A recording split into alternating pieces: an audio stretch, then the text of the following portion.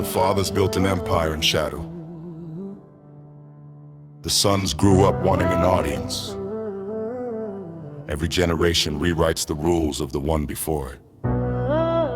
The old leaders prized silence. They feared the camera. They understood that attention was a kind of slow execution. Their sons were different. They grew up in a world of screens, where being seen felt like being powerful, where the image mattered as much as the act. The press began to call them Los Chapitos, the little Chapos.